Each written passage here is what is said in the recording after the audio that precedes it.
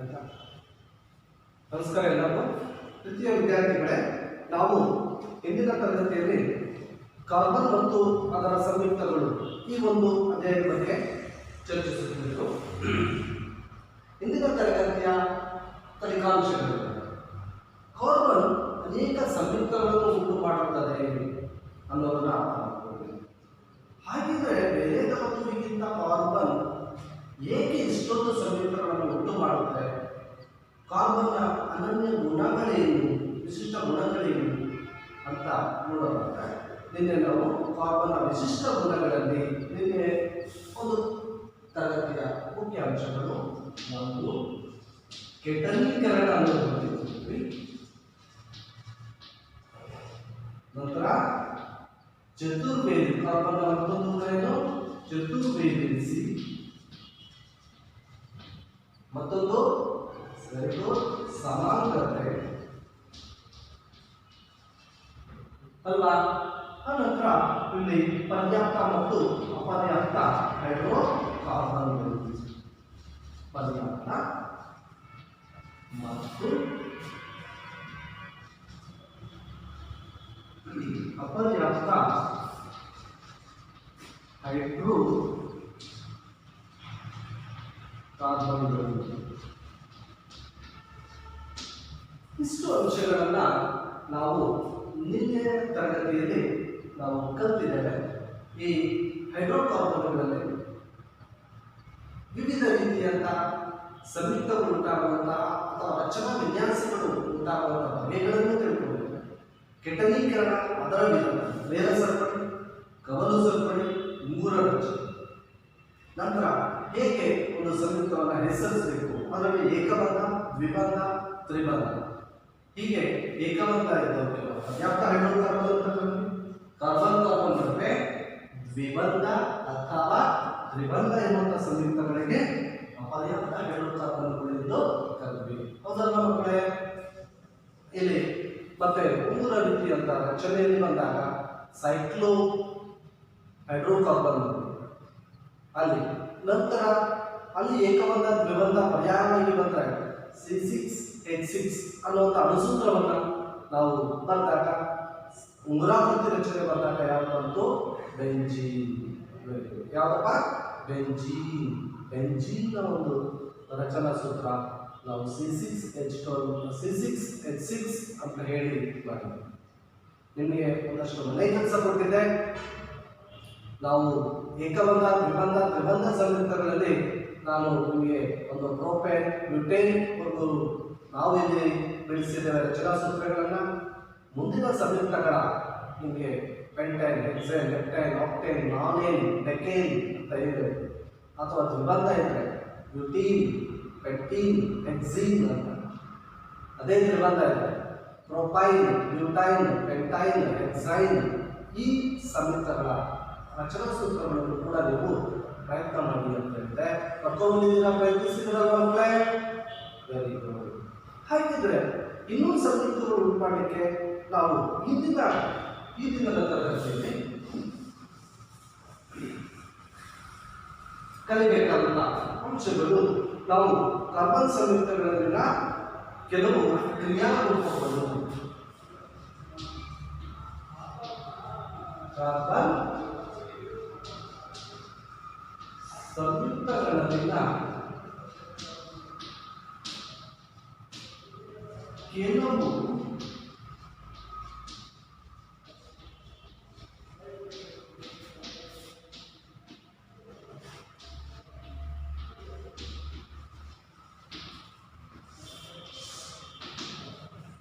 ಕ್ರಿಯಾರೂಪಗಳು. ಈಗ ನಮಗೆ ಈ ಆಲ್ಕೇನ್ಗಳಲ್ಲಿ ಅಂದರೆ ಪರ್ಯಾಪ್ತ ಹೈಡ್ರೋಕಾರ್ಬನ್ಗಳ ಜೊತೆಗೆ ಒಂದು ಹೈಡ್ರೋಜನ್ ಸ್ಥಾನಕ್ಕೆ ಮತ್ತೊಂದು ಒಂದು ಗುಂಪು ಸೇರಿದಾಗ, ವಿಭಿನ್ನ ಜೊತೆಯ ಪರಮಾಣುಗಳು ನಾವು ಸೇರಿದಾಗ ಅವಕ್ಕೆ ಏನಾಗುತ್ತೆ? ಆ ಸೇರುವಂಥ ಗುಂಪಿಗೆ ನಾವೇನು ಕರಿತೀವಿ? ಕ್ರಿಯಾಗುಂಪುಗಳು ಅಂತ ಕರಿತೀವಿ.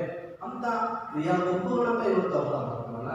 ನಂತರ ಯಾವುದೇ ಸಂಯುಕ್ತದಲ್ಲಿ ಕ್ರಿಯಾಗುಂಪು ಇದ್ದಾಗ ಅದನ್ನು ಹೆಸರಿಸುವ ಪದ್ಧತಿ, ಸಂಯುಕ್ತಗಳನ್ನು ಹೆಸರಿಸುವ ಪದ್ಧತಿಯ ಬಗ್ಗೆ ನಾವು ತಿಳಿದುಕೊಳ್ಳೋಣ. ಮೊದಲ ನೋಡೋಣ ಕ್ರಿಯಾ ಗುಂಪುಗಳು. ನೋಡಿ ಈಗ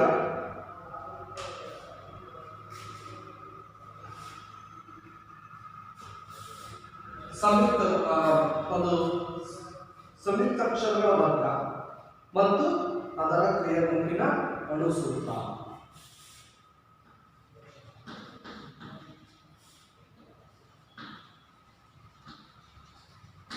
ಕ್ರಿಯಾ ಗುಂಪಿನ ಅಣುಸೂತ್ರ.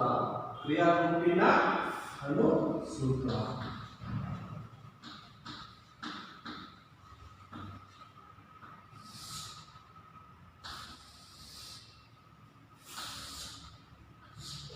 ಮೊದಲನೇದಾಗಿ ನಾವು ಹ್ಯಾಲೋ ಅಂತ ಹೇಳ್ತೀವಿ. ಅದರಲ್ಲಿ ಹ್ಯಾಲೋ ಆಲ್ಕೇನುಗಳು ಅಂತ.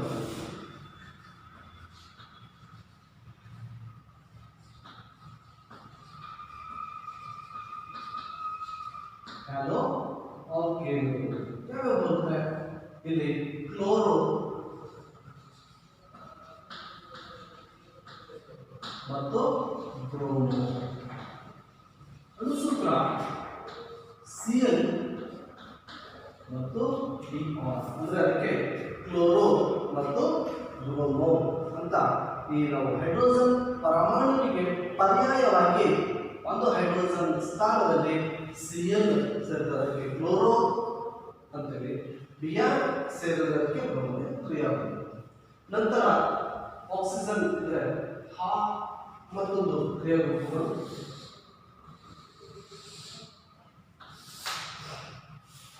Alcohol,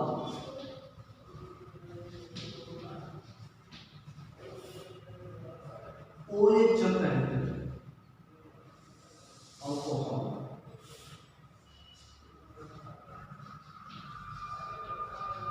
aldehyde group CHO, ketone ಗುಂಪು CO, ಕಾರ್ಬಾಕ್ಸಿಲಿಕ್ ಗುಂಪು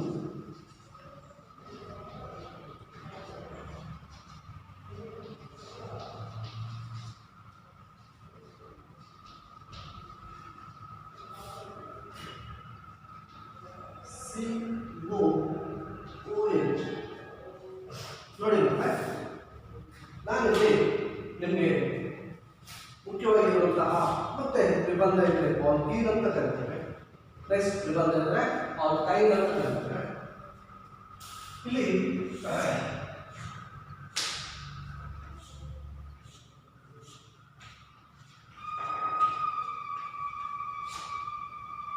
ಎಲ್ಲರೂ ಕೂಡ ನೋಟ್ ಮಾಡ್ಕೊಳ್ಳಿ, ಬರ್ಕೊಳ್ರಿ. ಈ ವರ್ಗ ಹ್ಯಾಲೋ ಆಲ್ಕೈನ್ಗಳು ಅಂದ್ರೆ ಮತ್ತೊಂದ್ಸರಿ ಕೇಳಿಸ್ಕೊಳ್ಳಿ.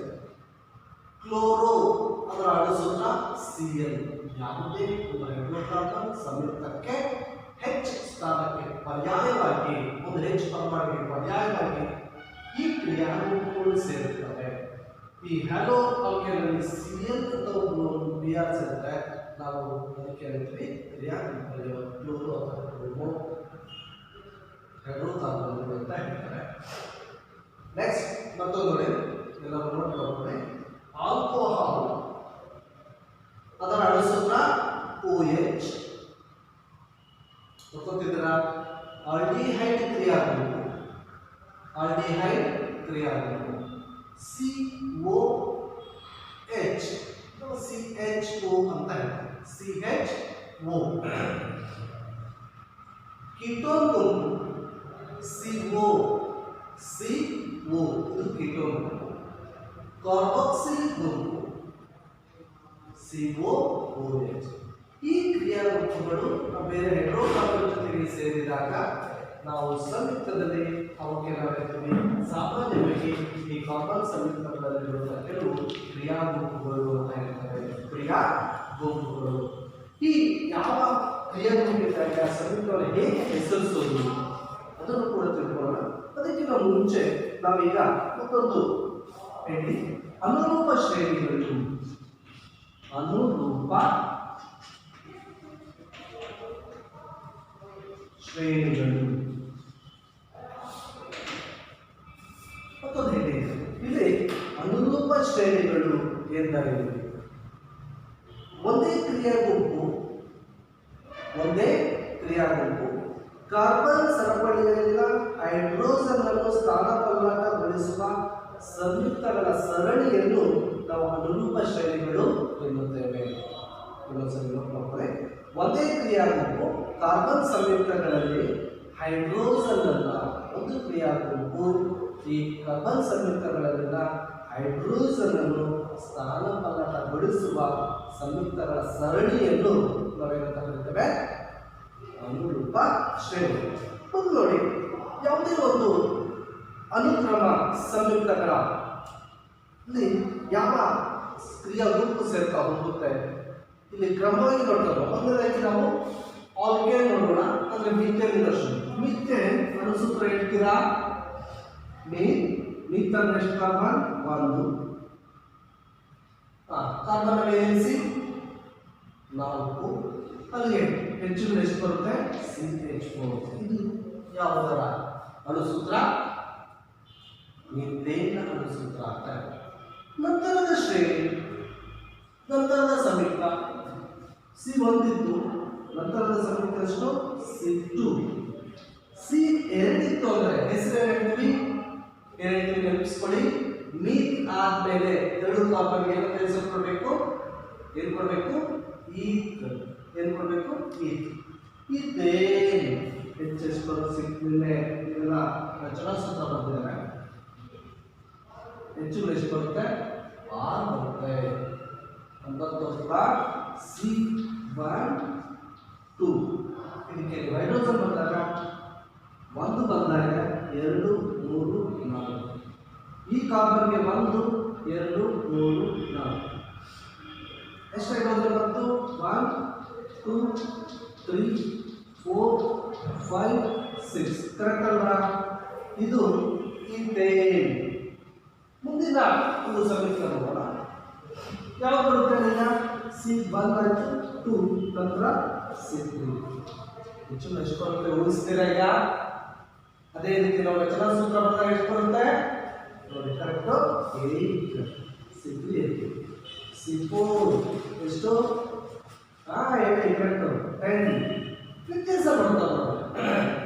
ಈ ಅನುಕ್ರಮ 2 ಸಂಯುಕ್ತಗಳ ವ್ಯತ್ಯಾಸ ಎಷ್ಟಾಗುತ್ತೆ? ಇದಕ್ಕೂ ಇದಕ್ಕೆ C1 ಇತ್ತು, ಇದೆಷ್ಟಿದೆ? C2 ಇದೆ. ಅಂದರೆ ಕಾರ್ಬನ್ಗಳ ವ್ಯತ್ಯಾಸ ಎಷ್ಟಿದೆ? 1 ಕಾರ್ಬನ್ ಜಾಸ್ತಿ ಇದೆ. ಹೆಚ್ಚು ಎಷ್ಟು ಜಾಸ್ತಿ ಇದೆ? ಇಲ್ಲಿ 4 ಇದೆ, ಇಲ್ಲಿ 6 ಇದೆ. ಎಷ್ಟು? 2 ಜಾಸ್ತಿ ಇದೆ.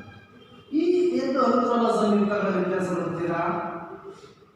ಇಲ್ಲಿ 2 ಕಾರ್ಬನ್, ಇಲ್ಲಿ 3 ಕಾರ್ಬನ್. ಅಂದರೆ ಕಾರ್ಬನ್ಗಳ ಸಂಖ್ಯೆ ಎಷ್ಟು ಜಾಸ್ತಿ?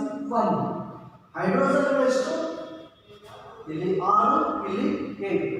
ಎಷ್ಟು ಜಾಸ್ತಿ ಆಯಿತು? 2 ಜಾಸ್ತಿ. ಈ 2 ಇಲ್ಲಿ ಕಾರ್ಬನ್ 3, ಕಾರ್ಬನ್ 4.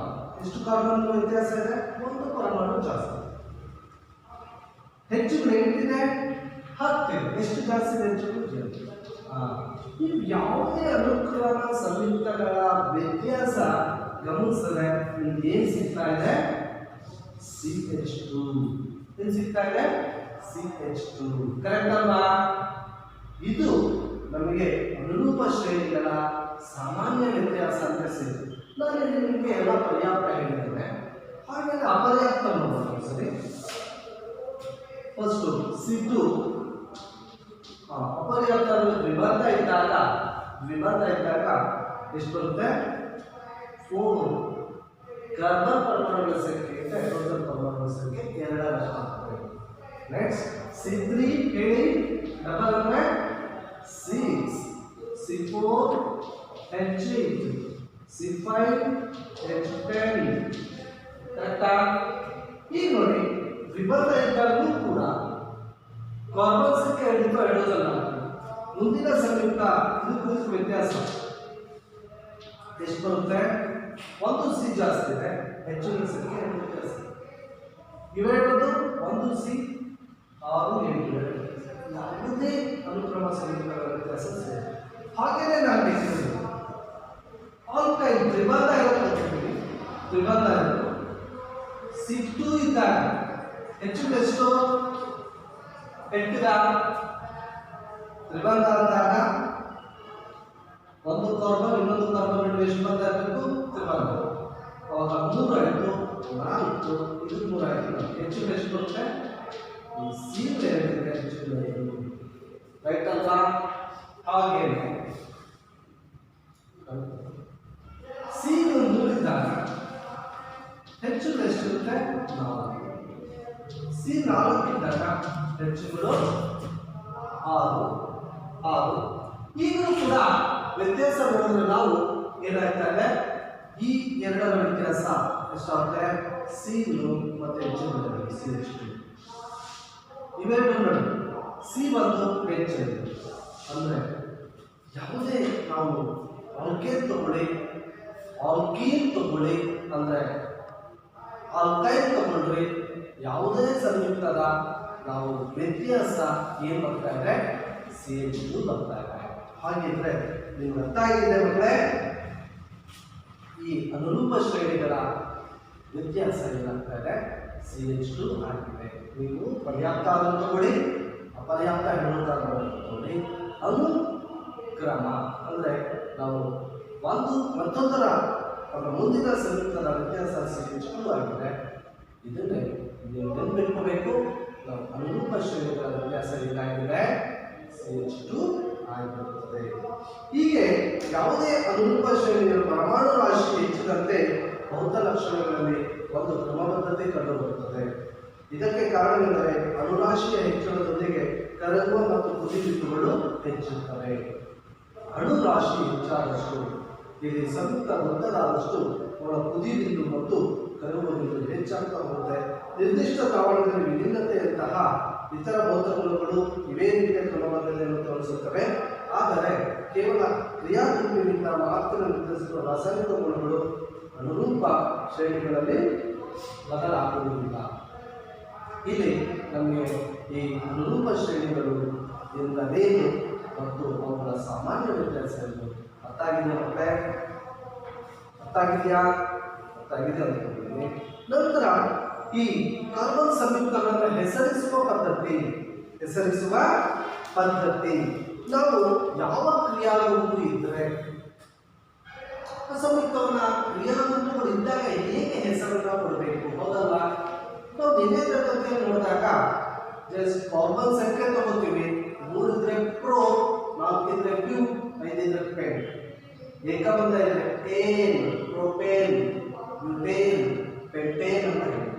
ಅದೇ ದ್ವಿಬಂಧ ಇದ್ರೆ ಪ್ರೋಪೀನ್, ಬ್ಯೂಟೀನ್, ಪೆಂಟೇನ್. ತ್ರಿಬಂಧ ಇದ್ರೆ ಪೆಂಟೈನ್, ಹೆಕ್ಸೈನ್ ಅಂತ. ಉಂಗುರಾಕೃತಿ ರಚನೆಯಿಂದ ಏಕಬಂಧ ಇದ್ರೆ ಅದಕ್ಕೆ ಸೈಕ್ಲೋ ಪದ ಸೇರಿಸ್ತವೆ.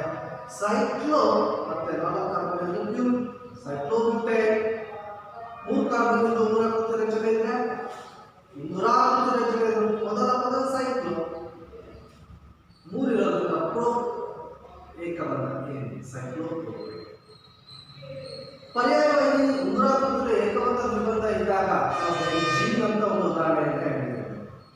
ಅಲ್ಲಿ ಗೊತ್ತಾಯ್ತು ನಮಗೆ ಈ ನೇರ ಸರಪಳಿ, ಕವಲು ಸರಪಳಿ ಮತ್ತು ಉಂಗುರ ರಚನೆಗಳಲ್ಲಿನ ಸಂಯುಕ್ತಗಳನ್ನು ಹೇಗೆ ಹೆಸರಿಸಬೇಕು ಅನ್ನೋದನ್ನು ತಿಳ್ಕೊಂಡ್ವಿ.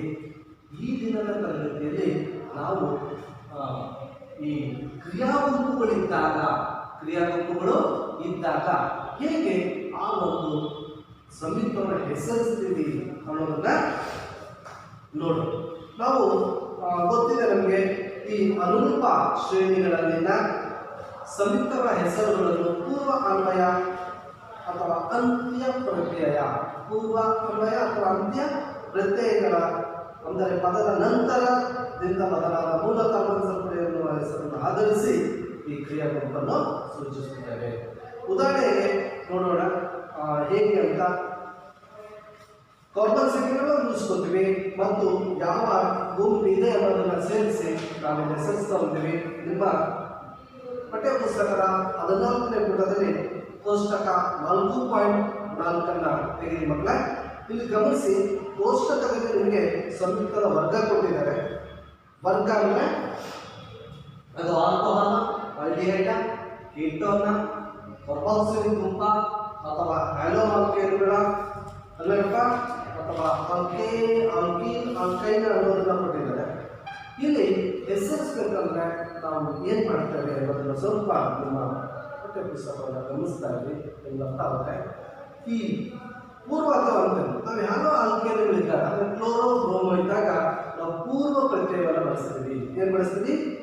ಪೂರ್ವ ಪ್ರತ್ಯಯ. ಅಂದರೆ ಮೊದಲಾಗಿ ಇದನ್ನು ನಾನು ಮಾಡ್ತೇನೆ.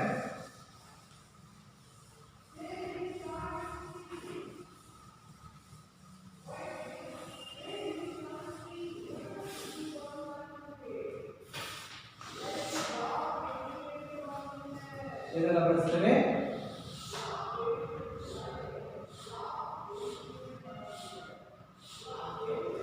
ಈ ಯಾವ ಆಲ್ಕೇನ್ಗಳಿದ್ದಾಗ ನಾವು ಪೂರ್ವ ಅಥವಾ ಅಂತ್ಯ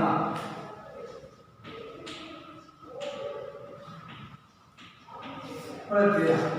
ಈಗ ಹ್ಯಾರೋ ಇದ್ದಾಗ ನಾವು ಪೂರ್ವ ಅಂದರೆ ಮೊದಲಿನ ಪ್ರತ್ಯಯವನ್ನು ಬಳಸಿ ಪೂರ್ವ ಪ್ರತ್ಯಯ. ಈ ಉದಾಹರಣೆಗೆ ಒಂದು ಸಂಯುಕ್ತದಲ್ಲಿ ನಾವು ಕ್ಲೋರೋ ಅಥವಾ ಬ್ರೋಮೋ ಈ ಒಂದು ಕ್ರಿಯಾಗುಂಪು ಸೇರಿದರೆ ಹೇಗೆ ಹೆಸರಿಸ್ತೀವಿ ನೋಡೋಣಪ್ಪ.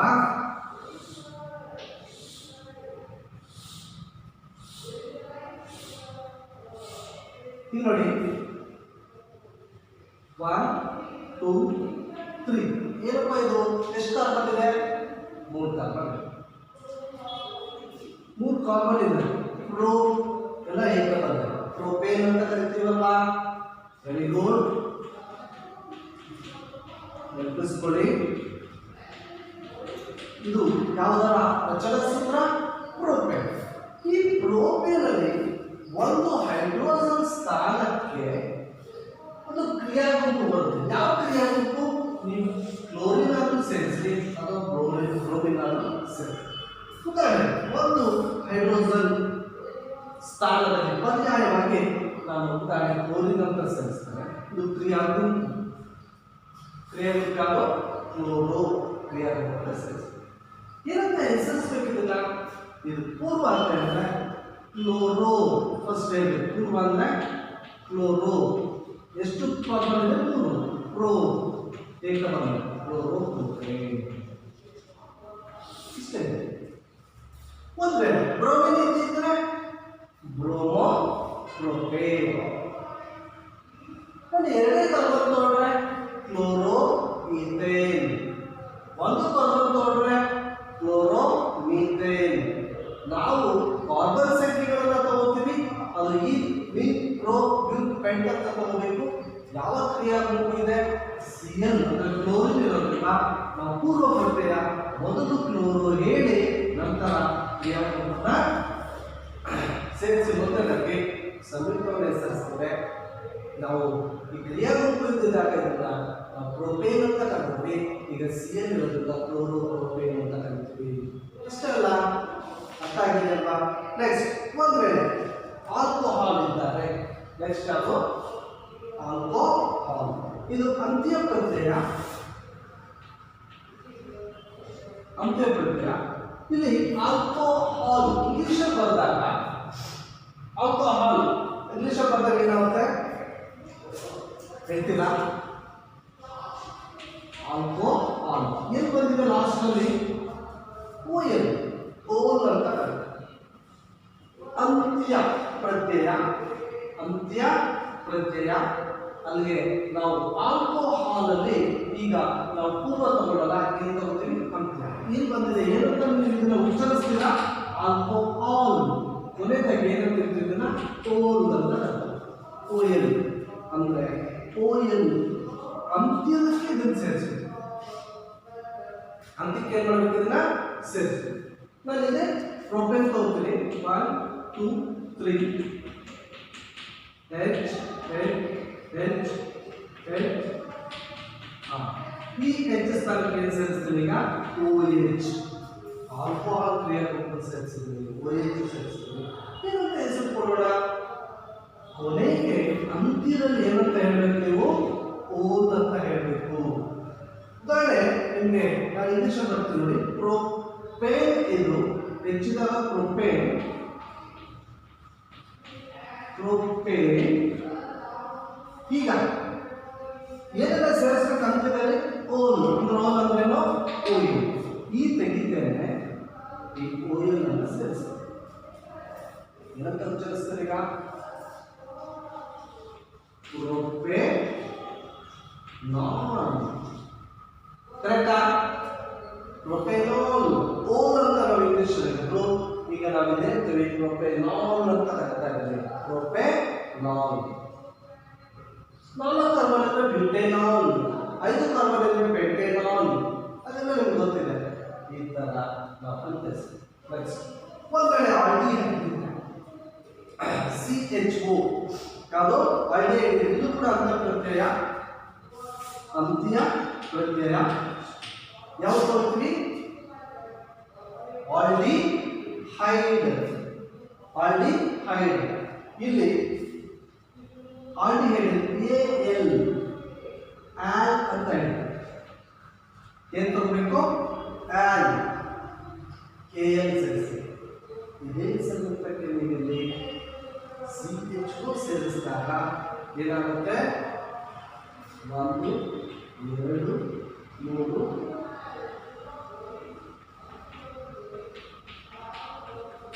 ಯಾವ ಪ್ಲೇನ್ ಸೇರಿಸಿ? CHO OH. ಏನಾಗಿತ್ತು? ಪ್ರೊಪೇನ್ ಇತ್ತು. ಏನಂತ ಹೇಳ್ಬೇಕೀಗ? AL ಸೇರಿಸಬೇಕು. ಇನ್ನು OL ಸೇರಿಸಬೇಕು.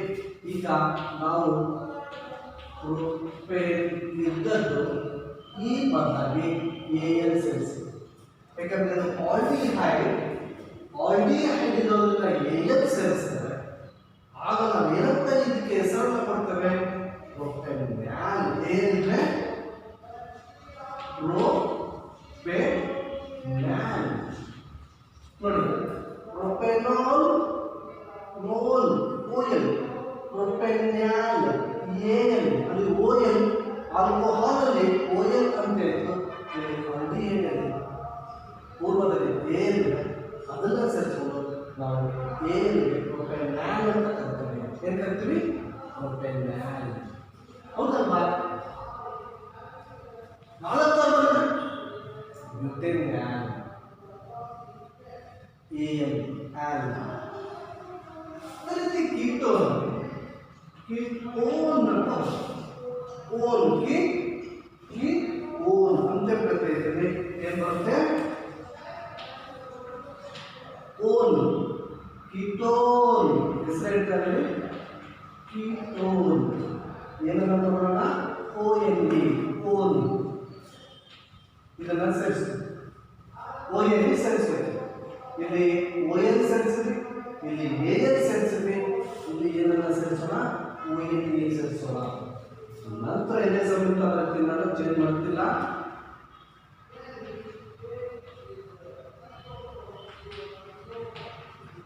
ಕ್ರಿಯಾಗುಂಪು CO. ನಾನು ಮಧ್ಯದ ಕಾರ್ಬನ್ಗೆ ಓನ್ ಹಾಕಿದ್ದೇನೆ. ಓಗೆ ಯಾಕೆ ತ್ರಿಬಂಧ ಆಗ್ತಾ ಇದ್ದೀನಿ? ಯಾವುದಕ್ಕೂ ತ್ರಿಬಂಧ ಆಗ್ತಿಲ್ಲ ಅಂದ್ರೆ ಆಕ್ಸಿಜನ್ನ ವೇಲೆನ್ಸಿ 2 ಗೊತ್ತಿದೆ. ಅದಕ್ಕೆ 2 ಎಲೆಕ್ಟ್ರಾನ್ಗಳನ್ನು ಕಾರ್ಬನ್ ಜೊತೆ ಹಂಚ್ಕೊಂಡಿದ್ದಾರೆ.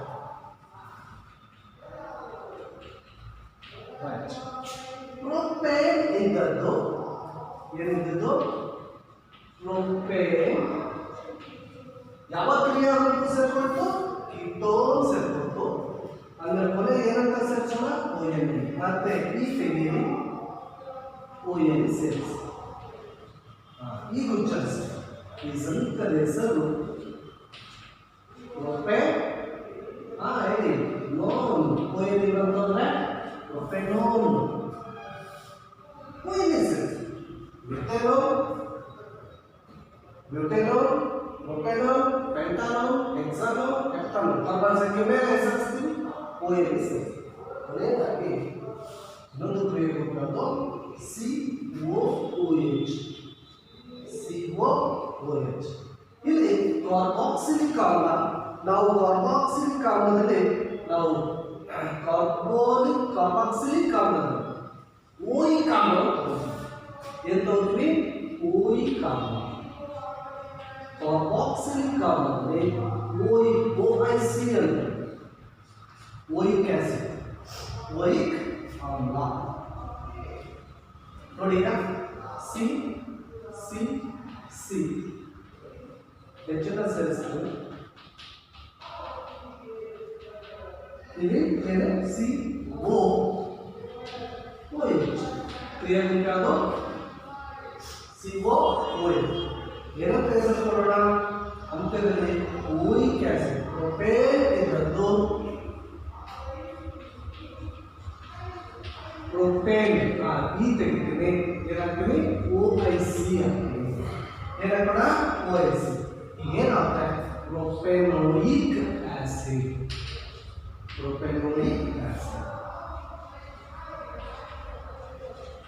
ಪ್ರೊಪೆನೋಯಿಕ್ ಆಮ್ಲ ಆಸಿಡ್. ಗೊತ್ತಾಯ್ತಲ್ಲ, ಇಲ್ಲಿ 3 ಇರೋದ್ರಿಂದ ಪ್ರೋಪ್ ಅಂತ ಬಳಸ್ತೀನಿ. ಓಕೆ, ಹೀಗೆ ನಾವು ಕ್ರಿಯಾಗುಂಪುಗಳನ್ನು ಸೇರಿಸಿದಾಗ ಸಂಯುಕ್ತಗಳನ್ನು ಹೇಗೆ ಹೆಸರಿಸ್ತೇವೆ ಅನ್ನೋದು ನಿಮಗೆ ಅರ್ಥ ಆಗ್ತದೆ. ನಿಮಗೆ ಪರೀಕ್ಷೆಯಲ್ಲಿ ಏನು ಕೇಳ್ತಾರೆ, ಯಾವುದೋ ಈ ಥರ ಒಂದು ಸಂಯುಕ್ತ ಕೊಟ್ಬಿಟ್ಟು ಇದರಲ್ಲಿರುವಂಥ ಕ್ರಿಯಾಗುಂಪು ಯಾವುದು, ಉದಾಹರಣೆಗೆ ಇದು ಕೊಟ್ಟಿದ್ದಾರೆ ಅಂದರೆ ಕ್ರಿಯಾಗುಂಪು ಯಾವುದು ಹೇಳ್ತೀರಾ? ಇದು ಕ್ರಿಯಾಗುಂಪು CHO. CHO ಕ್ರಿಯಾಗುಂಪು ಅಂದರೆ ಹೆಸರಿಸಿ, ಹೆಸರೇನು CHO ಆಲ್ಡಿಹೈಡ್ ಗುಂಪು ಅಂತ ಹೇಳ್ತಾರೆ. CHO ಇದೆ ಗುರುತಿಸ್ಕೊಳ್ರಿ. ಕ್ರಿಯಾಗುಂಪನ್ನು ಹೆಸರಿಸಿ, ಹೆಸರೇನು ಆಲ್ಡಿಹೈಡ್. ಇದನ್ನ ಕೊಟ್ಟು ಇದರಲ್ಲಿರುವ ಕ್ರಿಯಾಗುಂಪು ಯಾವುದು OH. OH ಅಂದರೆ ಈ ಥರ ನಡುವೆ CO ಇತ್ತು ಅಂದರೆ ಅದು ಕ್ರಿಯಾಗುಂಪು ಯಾವುದು ಸಿ.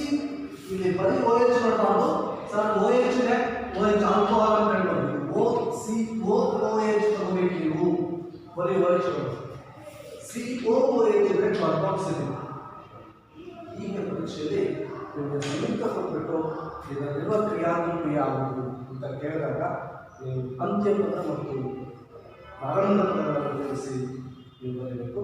ಮಕ್ಕಳೇ, ನಾವು ಈ ದಿನ ವಿವಿಧ ರೀತಿಯಂಥ ಕೆಲವು ಕ್ರಿಯಾಗುಂಪುಗಳು ಮತ್ತು ಕ್ರಿಯಾಗುಂಪುಗಳಿಗೆ ಹೆಸರುಗಳನ್ನು ಹೇಗೆ ಸೂಚಿಸ್ತೀವಿ ಅನ್ನೋದನ್ನು ತಿಳ್ಕೊಂಡಿದ್ದೇವೆ. ನಿಮಗೆ ನಾನೊಂದು ಪ್ರಶ್ನೆಗಳನ್ನು ಕೊಡ್ತೇನೆ. ಪುಟ ಸಂಖ್ಯೆ 15ರಲ್ಲಿರುವಂತೆ ಕೆಳಗಿನ ಒಂದು ಪ್ರಶ್ನೆಗಳು ಅಂತ ಇದೆ. ಪೆಂಟೇನ್ಗೆ ಎಷ್ಟು ಬಗೆಯ ರಚನಾ ಸಮಾಂಗಿಗಳನ್ನು ಬರೆಯಬಹುದು? ಬರ್ಕೊಳ್ಳಿ. ಪೆಂಟೇನ್ಗೆ ಎಷ್ಟು ಬಗೆಯ ರಚನಾ ಸಮಾಂಗಿಗಳನ್ನು ಬರೆಯಬಹುದು? ನೆಕ್ಸ್ಟ್, ಕೆಳಗಿನ ಸಂಯುಕ್ತಗಳ ರಚನಾ ವಿನ್ಯಾಸ ಬರೆಯಿರಿ. ರಚನಾ ವಿನ್ಯಾಸ ಬರೆಯಿರಿ. ಮಕ್ಕಳೇ ಕೊಟ್ಕೊಳ್ಳಿ. ಒಂದು ಎಥನೋಯಿಕ್ ಆಮ್ಲ. ಯಾವ್ದಪ್ಪ? ಎಥನೋಯಿಕ್ ಆಮ್ಲ.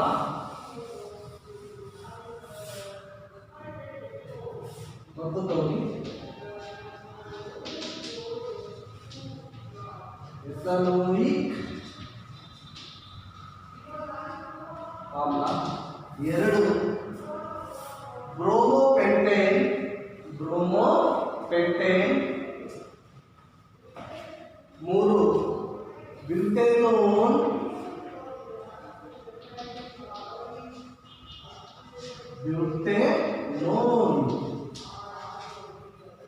4 ಹೆಕ್ಸೆನಾನ್.